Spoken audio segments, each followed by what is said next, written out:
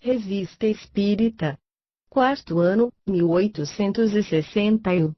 Jornal de Estudos Psicológicos. Publicada sob a direção de Allan Kardec.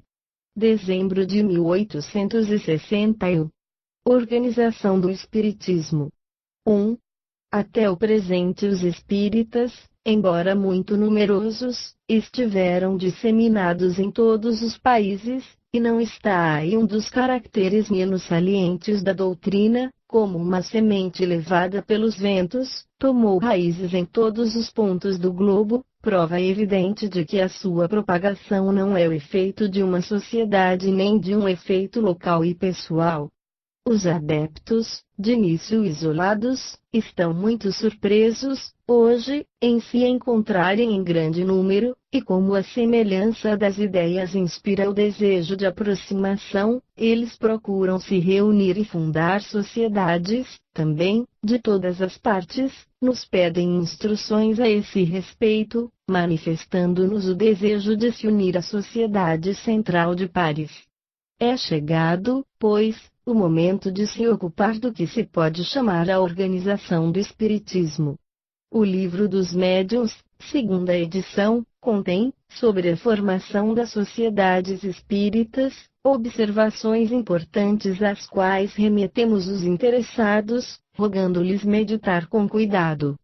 A experiência vem, cada dia, confirmar-lhe a justeza que lembraremos sucintamente, acrescentando-lhe instruções mais circunstanciadas. 2. Falemos de início dos adeptos que se encontram ainda isolados no meio de uma população hostil ou ignorante das ideias novas. Recebemos diariamente cartas de pessoas que estão nesse caso e que nos perguntam o que podem fazer na ausência de médiuns e de partidários do Espiritismo. Estão na situação em que se encontravam, há um ano apenas, os primeiros espíritas dos centros mais numerosos de hoje. Pouco a pouco os adeptos se multiplicaram, e em tal cidade onde se contavam por unidades espalhadas, são agora centenas de milhares. Logo ser-lhe-á o mesmo por toda parte, é uma questão de paciência. Quanto ao que tem que fazer, é muito simples. Podem primeiro trabalhar por sua própria conta, penetrar-se da doutrina pela leitura e a meditação das obras especiais, tanto mais aprofundarão, mais descobrir-lhe-ão verdades consoladoras confirmadas pela sua razão. Em seu isolamento, devem se sentir felizes por terem sido os primeiros favorecidos. Mas se limitavam em aurir na doutrina uma satisfação pessoal, isso seria uma espécie de egoísmo. Eles têm, mesmo em razão de sua posição, uma bela e importante missão a cumprir, a de distribuir a luz ao redor deles. Aqueles que aceitarem esta missão sem estarem detidos pelas dificuldades, nelas serão largamente recompensados pelo sucesso e pela satisfação de ter feito uma coisa útil. Sem dúvida encontrarão oposição, estarão expostos à zombaria e aos sarcasmos dos incrédulos, à malevolência mesmo das pessoas interessadas em combater a doutrina, mas onde estaria o mérito se não houvesse nenhum obstáculo a vencer? Aqueles, pois, que estivessem detidos pelo medo pueril do que disso se dirá, nada temos a dizer, nenhum conselho a dar, mas aqueles que têm a coragem de sua opinião, que estão acima das mesquinhas considerações mundanas, diremos que o que tem a fazer limita-se em falar abertamente do Espiritismo, sem afetação, como de uma coisa muito simples e muito natural, sem pregá-la, e sobretudo sem procurar nem forçar as convicções. Nem, quando mesmo, fazer prosélitos. O Espiritismo não deve se impor, vence a ele porque dele se tem necessidade, e porque ele dá o que as outras filosofias não dão. Convém mesmo não entrar em nenhuma explicação com os incrédulos obstinados, isso seria dar-lhes muita importância e fazer-lhes crer que se prende a eles. Os esforços que se faz para atraí-los a se distancia, e, por amor próprio, obstinam-se em sua oposição, é porque é inútil perder seu tempo com eles, Quando a necessidade os fizer sentir isso, virão por si mesmos. A espera é preciso deixá-los tranquilos e comprazerem em seu ceticismo, que, crede-o bem, frequentemente, lhes pesa mais do que não querem fazê-lo parecer, porque, disseram bem, a ideia do nada depois da morte tem alguma coisa de mais pavorosa, de mais aflitiva que a própria morte. Mas, ao lado dos zombadores encontrar-se-ão pessoas que perguntarão: o que é isso? Apressai-vos, então, em satisfazê-las, proporcionando vossas explicações à natureza das disposições que encontrardes nelas. Quando se fala do espiritismo em geral, é preciso considerar as palavras que se pronunciam como grãos lançados ao ar. Entre eles, muitos caem sobre as pedras e não produzem nada, mas que deles um só tombasse sobre a terra fértil. Considerai-vos felizes, cultivai-o, e estareis certos de que essa planta, frutificando, terá rebentos. A dificuldade, para alguns adeptos, é responder a certas objeções, mas poderão sobretudo se ajudarem, para esse efeito, com a brochura que vamos publicar sob o título de Refutação das Críticas contra o Espiritismo do ponto de vista materialista, científico e religioso. 3. Falemos agora da organização do Espiritismo nos centros já numerosos. O crescimento incessante dos adeptos demonstra a impossibilidade material de construir numa cidade, e sobretudo numa cidade populosa, uma sociedade única. Além do número, há a diferença de distância, que é um obstáculo para muitos. Por outro lado, está reconhecido que as grandes reuniões são menos favoráveis às belas comunicações, e que as melhores se obtêm nas pequenas assembleias. É, pois, a multiplicar os grupos particulares que é preciso se empenhar. Ora, como dissemos, 20 grupos, de 15 a 20 pessoas, obterão mais e farão mais para a propaganda do que uma sociedade única de 400 membros. Os grupos se formam naturalmente pela afinidade de gostos, de sentimentos, de hábitos e de posição social. Todos neles se conhecem, e, como essas são reuniões privadas, tem-se liberdade do número e da escolha daqueles que se quer ali admitir. 4. O sistema de multiplicação dos grupos tem, ainda, por resultado, assim como dissemos em várias ocasiões, impedir os conflitos e as rivalidades de supremacia e de presidência.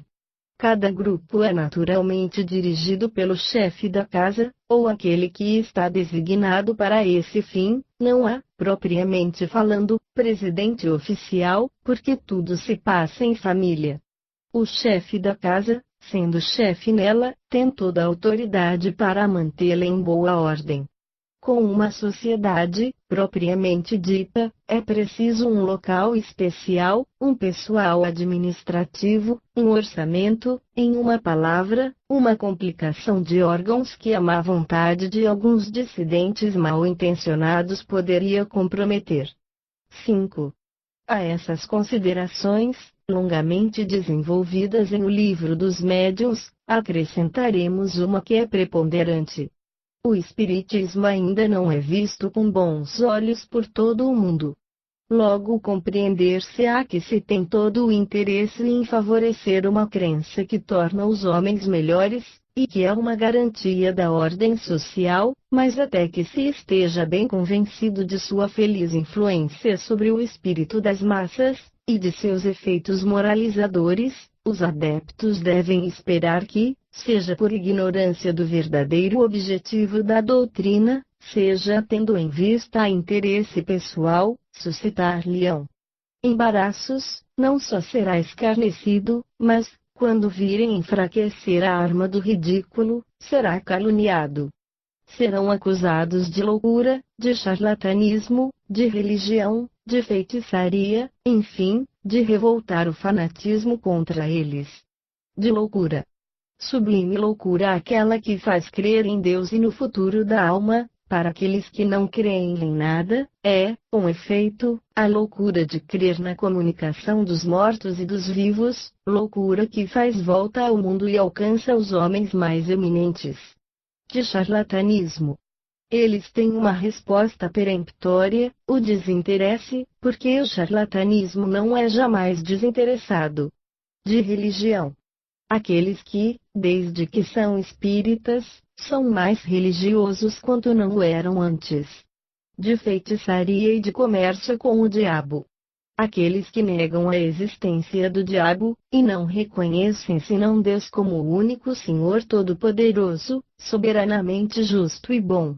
Singulares feiticeiros aqueles que renegassem o seu Senhor e agissem em nome do seu antagonista.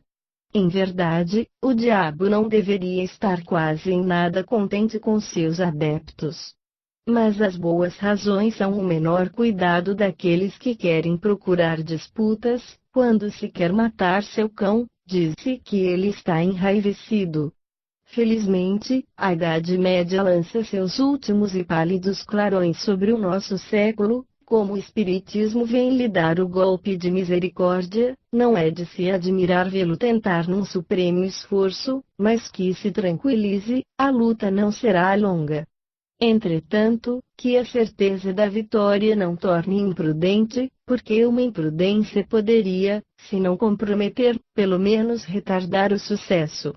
Por esses motivos, a constituição de sociedades numerosas encontraria, talvez, obstáculos em certas localidades, ao passo que o mesmo não poderia ocorrer nas reuniões de famílias.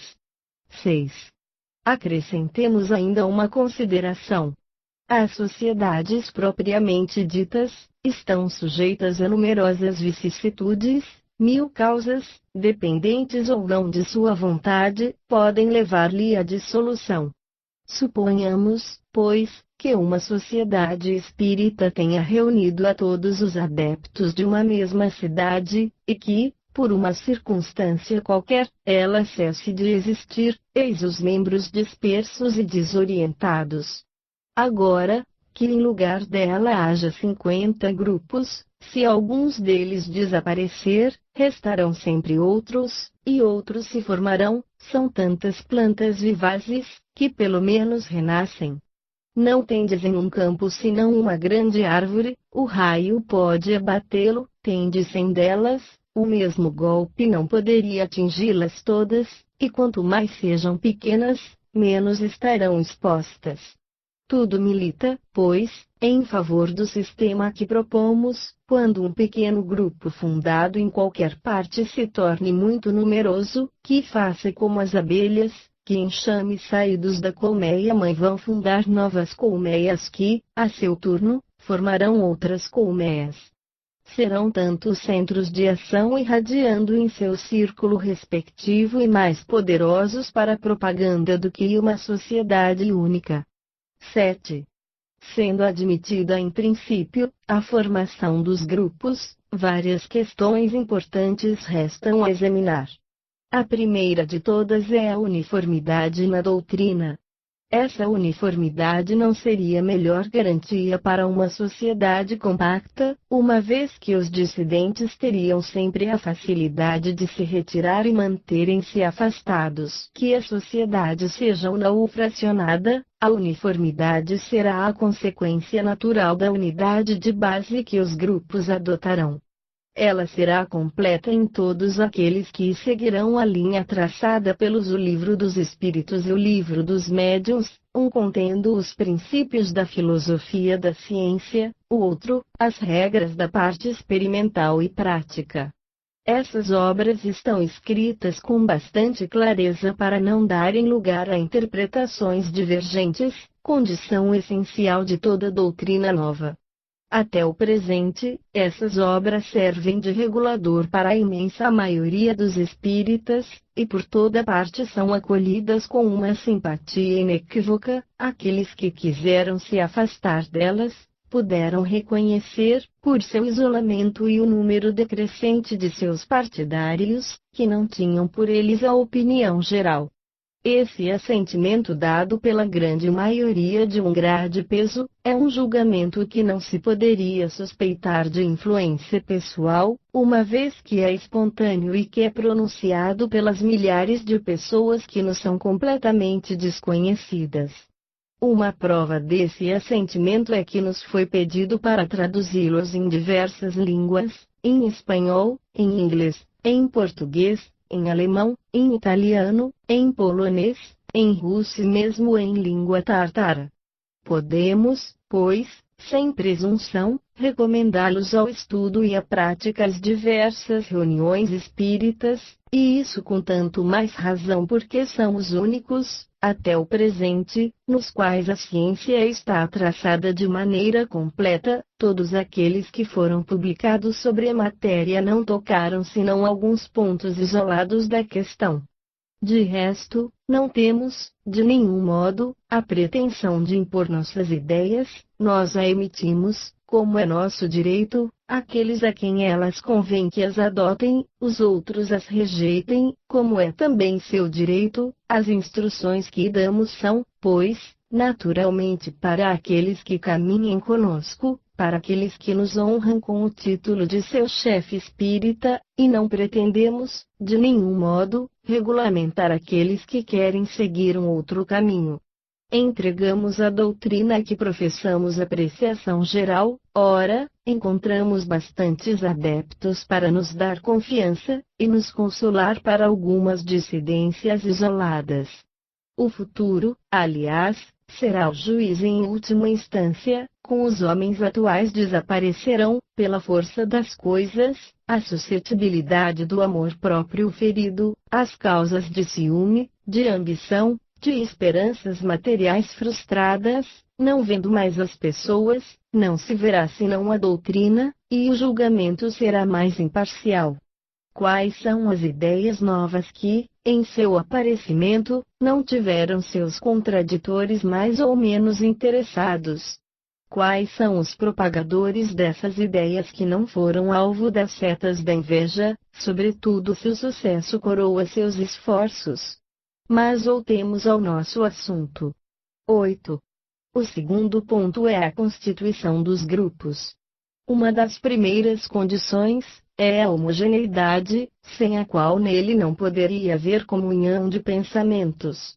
Uma reunião não pode ser nem estável, nem séria, se não houver simpatia entre aqueles que a compõem, e não pode haver simpatia entre pessoas que têm ideias divergentes e que fazem uma oposição surda, se ela não for aberta. Longe de nós dizer com isso que é preciso abafar a discussão, uma vez que, ao contrário, recomendamos o exame escrupuloso de todas as comunicações e todos os fenômenos. Está, pois, bem entendido que cada um pode, e deve, emitir sua opinião, mas há pessoas que discutem para impor a sua e não para se esclarecer. É contra o espírito de oposição sistemática que nos levantamos, contra as ideias preconcebidas que não cedem mesmo diante da evidência. Tais pessoas são, incontestavelmente, uma causa de perturbação que é preciso evitar. As reuniões espíritas estão, a esse respeito, em condições excepcionais. O que elas requerem, acima de tudo, é o recolhimento. Ora, como se está recolhido estando-se, a cada instante, distraído por uma polêmica acrimoniosa, se reina entre os assistentes um sentimento de amargor, e quando se sente, ao redor de si, seres que se sabe hostis, no rosto dos quais se lê o sarcasmo e o desdém por tudo com que não concordam. 9. Traçamos, em O Livro dos Médiuns, número 28, o caráter das principais variedades de espíritas, sendo essa distinção importante para o assunto que nos ocupa, cremos dever lembrá-la. Podem-se colocar em primeira linha aqueles que creem, pura e simplesmente, nas manifestações. O Espiritismo não é para eles senão uma ciência de observação, uma série de fatos mais ou menos curiosos. A filosofia e a moral são acessórios, dos quais poucos se preocupam, ou dos quais não supõem a importância. Nós os chamamos espíritas experimentadores. Vem em seguida aqueles que veem no Espiritismo outra coisa senão os fatos, compreendem-lhe a importância filosófica, admiram a moral que dele decorre, mas não a praticam, extasiam-se diante de belas comunicações, como diante de um eloquente sermão que se escuta sem aproveitá-lo. Sua influência sobre seu caráter é insignificante ou nula, não mudam nada em seus hábitos e não se privariam de um único gozo. O avarento é sempre sovina, o orgulhoso sempre cheio de si mesmo, o invejoso e o ciumento sempre hostis. Para eles a caridade cristã não é senão uma bela máxima, e os bens deste mundo dominam, em sua estima, sobre os do futuro. Esses são os espíritas imperfeitos. Ao lado daqueles há outros, mais numerosos do que se crê, que não se limitam a admirar a moral espírita, mas que a praticam e lhe aceitam, por si mesmos, todas as consequências. Convencidos de que a existência terrestre é uma prova passageira, tratam de aproveitar seus curtos instantes para caminhar na senda do progresso, esforçando-se por fazer o bem e reprimir seus maus pendores. Suas relações são sempre seguras, porque sua convicção os distancia de todo pensamento do mal. A caridade é, em todas as coisas, a regra de sua conduta. Esses são os verdadeiros espíritas, ou melhor, os espíritas cristãos. 10. Se compreendeu bem o que precede, compreender-se-á também que um grupo exclusivamente formado de elementos dessa última classe estaria em melhores condições, porque é só entre pessoas praticando a lei de amor e de caridade que um laço fraternal sério pode se estabelecer. Entre homens para quem a moral não é senão uma teoria, a união não poderia ser durável, como não impõe nenhum freio ao seu orgulho, à sua ambição, à sua vaidade, ao seu egoísmo, não lhes imporão mais as suas palavras, quererão preponderar quando deveriam se abaixar, irritar-se-ão com contradições e não farão nenhum escrúpulo em semear a perturbação e a discórdia. Entre verdadeiros espíritas, ao contrário, reina um sentimento de confiança e de benevolência recíproco, sente-se à vontade nesse meio simpático, ao passo que há constrangimento e ansiedade num meio misturado. 11. Isto está na natureza das coisas, e nós não inventamos nada a esse respeito. Segue-se que, na formação dos grupos, seria preciso exigir a perfeição. Isso seria muito simplesmente absurdo, porque seria querer o impossível, e que, nessa conta, ninguém poderia pretender dela fazer parte. Tendo o Espiritismo por objetivo a melhoria dos homens, não vem procurar aqueles que são perfeitos, mas aqueles que se esforçam por se tornar a pôr em prática o ensinamento dos Espíritos. O verdadeiro espírita não é aquele que chegou ao objetivo, mas aquele que quer seriamente atingi-lo. Quaisquer que sejam, pois, seus antecedentes, é bom espírita desde que reconheça suas imperfeições, e que é sincero e perseverante em seu desejo de se emendar.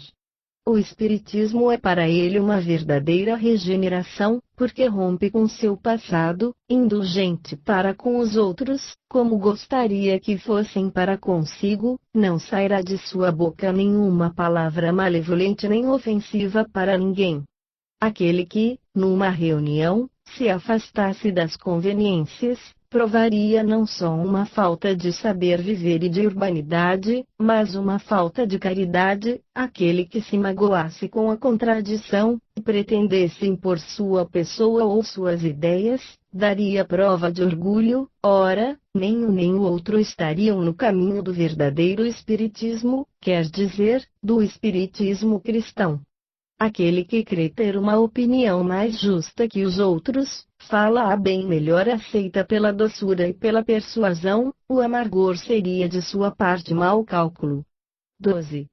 A simples lógica demonstra, pois, a quem conhece as leis do Espiritismo, quais são os melhores elementos para a composição dos grupos verdadeiramente sérios, e não hesitamos em dizer que são aqueles que têm a maior influência sobre a propagação da doutrina, pela consideração que impõem, pelo exemplo que dão de suas consequências morais, dele provam a gravidade e impõem silêncio à zombaria, que, quando ela ataca o bem, é mais do que ridícula, porque é odiosa. Mas o que quereis que pense um crítico incrédulo quando assiste a experiências cujos assistentes são os primeiros a fazerem delas um jogo? Delas sai um pouco mais incrédulo do que nelas entrou. 13. Acabamos de indicar a melhor composição dos grupos, mas a perfeição não é mais possível nos conjuntos do que nos indivíduos. Indicamos o objetivo, e dizemos que quanto mais dele se aproveitar, mais os resultados serão satisfatórios. Algumas vezes, é-se dominado pelas circunstâncias, mas é a eludir os obstáculos que é preciso pôr todos os seus cuidados.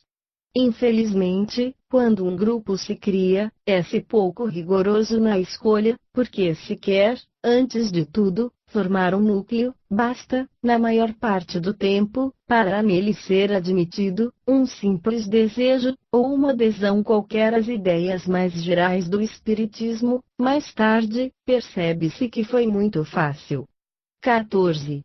No grupo, há sempre o elemento estável e o elemento flutuante. O primeiro se compõe de pessoas assíduas que lhe formam a base, o segundo, daquelas que nele não são admitidas senão temporária e acidentalmente. E na composição do elemento estável que é essencial por uma atenção escrupulosa, e, neste caso, não é preciso hesitar em sacrificar a quantidade à qualidade, porque é ele que dá o impulso e serve de regulador. O elemento flutuante é menos importante, porque esse é sempre livre para modificá-lo à sua vontade. Não é preciso perder de vista que as reuniões espíritas, como de resto todas as reuniões em geral, tiram as fontes de sua vitalidade na base sobre a qual estão assentadas. Tudo depende, sob este aspecto, do ponto de partida. Aquele que tem a intenção de organizar um grupo em boas condições deve, antes de tudo, se assegurar do concurso de alguns adeptos sinceros, tomando a doutrina a sério, e cujo caráter conciliador e benevolente lhe seja conhecido. Estando esse núcleo formado, não fora senão de 3 ou 4 pessoas, estabelecer-se-ão regras precisas, seja para as admissões, seja para a correção das sessões e a ordem dos trabalhos, regras com as quais os novos que chegam serão obrigados a se conformarem. Essas regras podem sofrer modificações segundo as circunstâncias, mas há algumas delas essenciais. 15. Sendo a unidade de princípio um dos pontos importantes, essa unidade não pode existir naqueles que, não tendo estudado, não podem ter formado uma opinião. A primeira condição a impor, se não se quer estar, a cada instante, distraído por objeções ou por perguntas ociosas, é, pois, o estudo preliminar. A segunda é uma profissão de fé categórica, e uma adesão formal à doutrina de O Livro dos Espíritos, e tais outras condições especiais que se julgarão apropriadas. Isto é para os membros titulares e dirigentes. Para os ouvintes, que vêm geralmente para adquirir um acréscimo de conhecimentos e de convicção, pode-se ser menos rigoroso. Entretanto, como há os que poderiam causar perturbação com observações deslocadas, é importante se assegurar de suas disposições.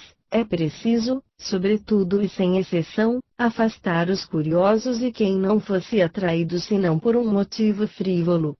16. A ordem e a regularidade dos trabalhos são coisas igualmente essenciais. Consideramos como eminentemente útil abrir cada sessão pela leitura de algumas passagens de O Livro dos Médiuns, e de O Livro dos Espíritos. Por esse meio ter-se-ão sempre presentes à memória os princípios da ciência e os meios de evitar os escolhos que se encontram, a cada passo, na prática. A atenção se fichará, assim, sobre uma multidão de pontos que escapam, com frequência, numa leitura particular, e poderão dar lugar a comentários e a discussões instrutivas, nas quais os próprios espíritos poderão tomar parte. Não é menos necessário colecionar e passar a limpo todas as comunicações obtidas, por ordem de datas, com indicação do médium que serviu de intermediário. Esta última menção é útil para o estudo do gênero de faculdade de cada um. Mas, frequentemente, ocorre que se perdem de vistas essas comunicações, que se tornam, assim, letras mortas. Isso desencoraja os espíritos que as deram tendo em vista a instrução dos assistentes. É, pois, essencial fazer uma coleção especial das mais instrutivas, e fazer delas, de tempos em tempos, uma nova leitura. Essas comunicações, frequentemente, são de interesse geral, e não são dadas pelos espíritos para a instrução de alguns somente, e para serem escondidas nos arquivos. É, pois, útil que sejam levadas ao conhecimento de todos pela publicidade. Examinaremos esta questão em um artigo do nosso próximo número, indicando o modo mais simples, o mais econômico e, ao mesmo tempo, o mais próprio para alcançar o objetivo. 17.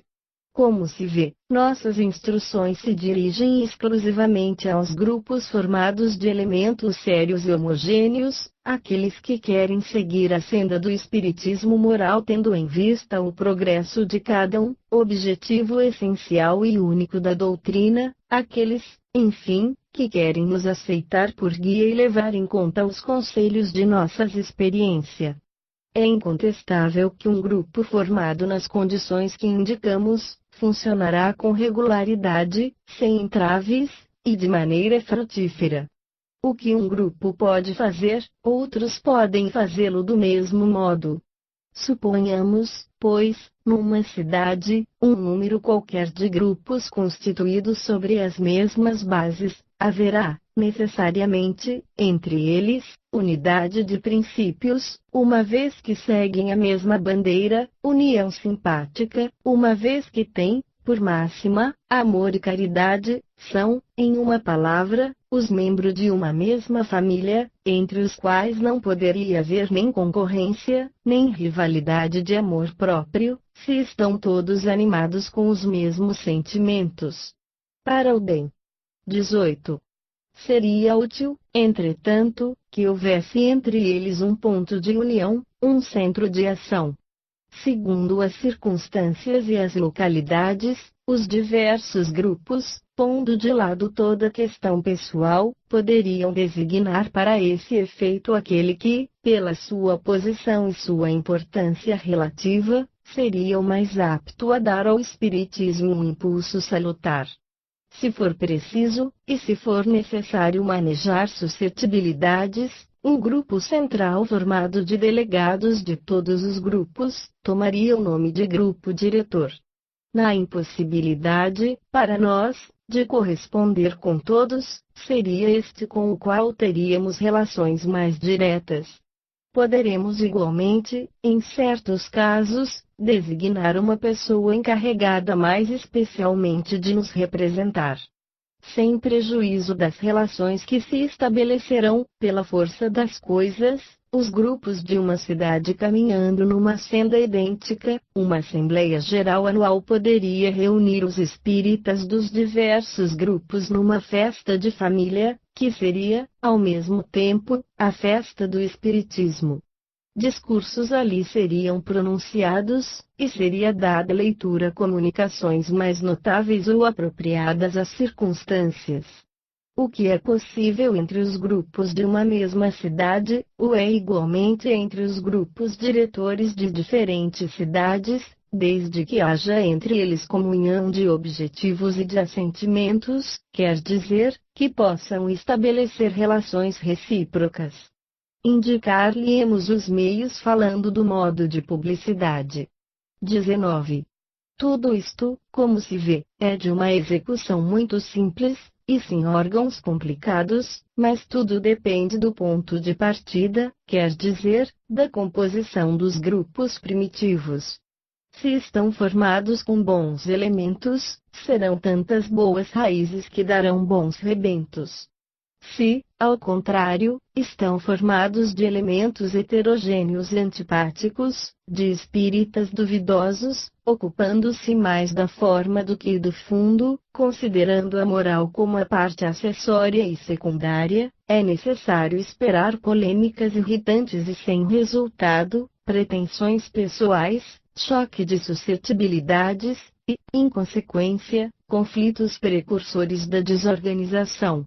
Entre verdadeiros espíritas, tais como os definimos, vendo o objetivo essencial do espiritismo na moral que é a mesma para todos, haverá sempre abnegação da personalidade, condescendência e benevolência, e, por conseguinte, segurança e estabilidade nas relações.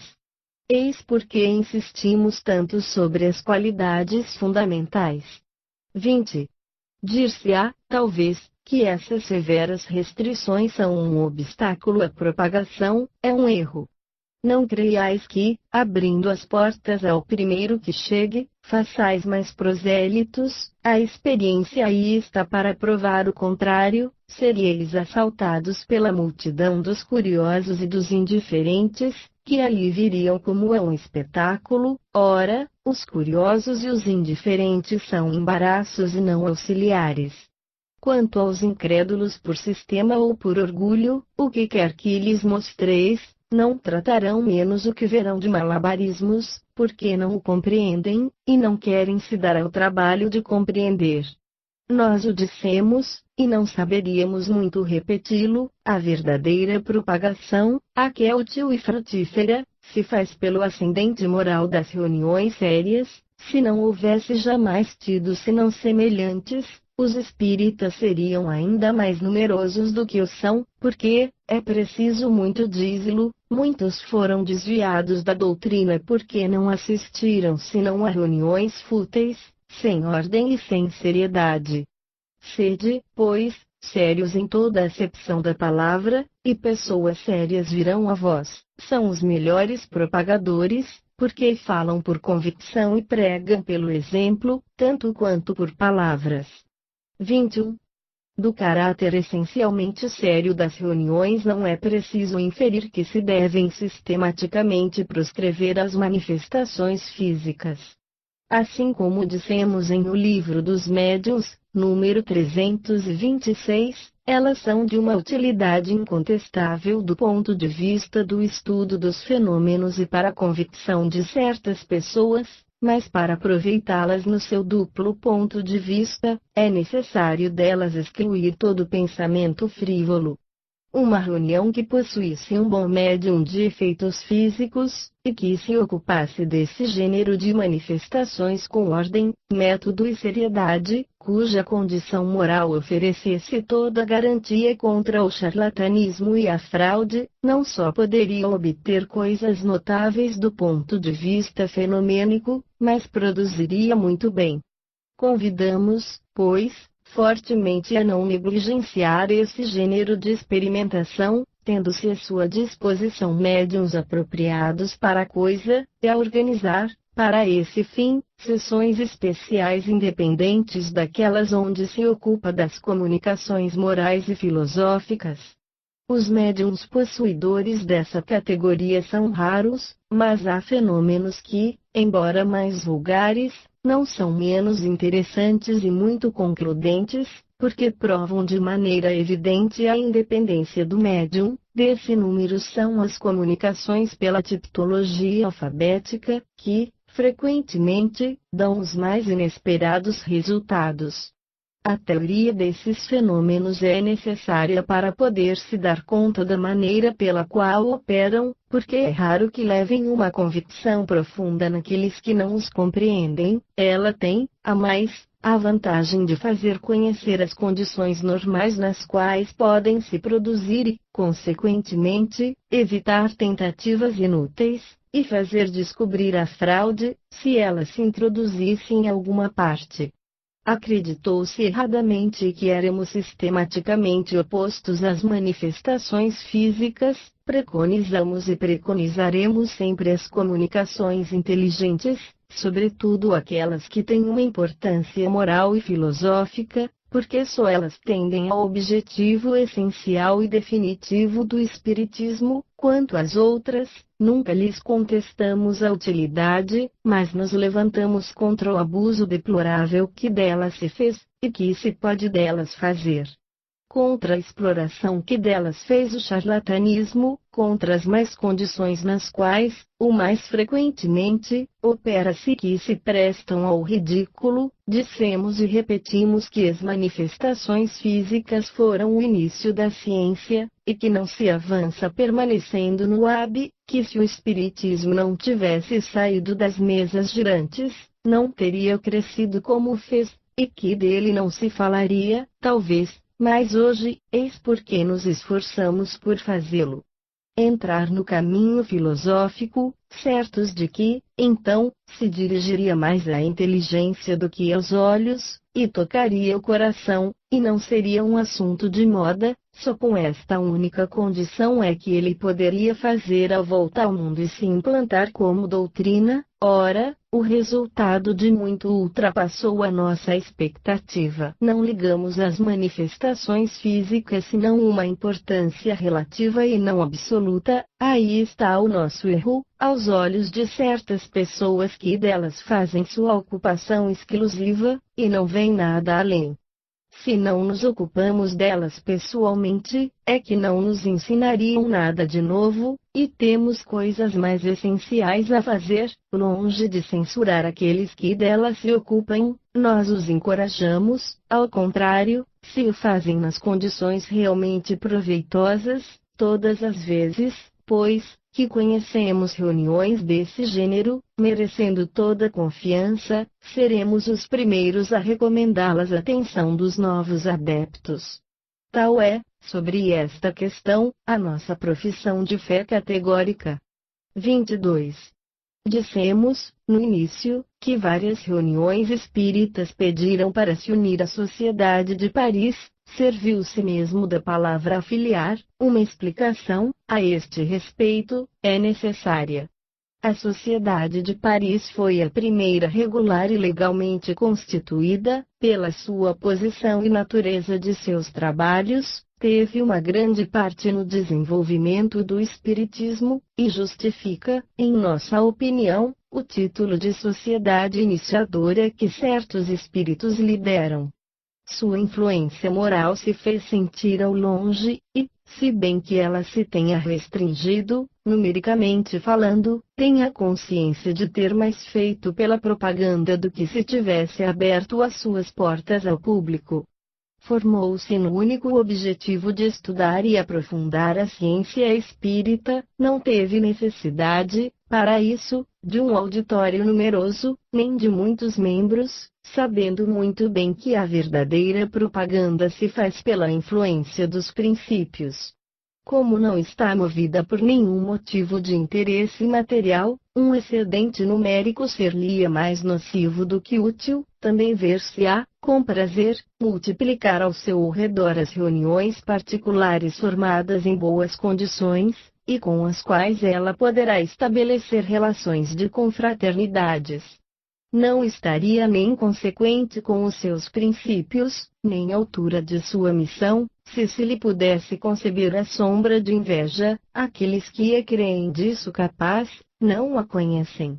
Estas observações bastam para mostrar que a Sociedade de Paris não poderia ter a pretensão de absorver as outras sociedades que poderiam se formar em Paris, ou em outra parte, sobre os mesmos trâmites. A palavra afiliação seria, pois, imprópria, porque suporia, de sua parte, uma espécie de supremacia material a qual não aspira de nenhum modo, e que teria mesmo inconvenientes.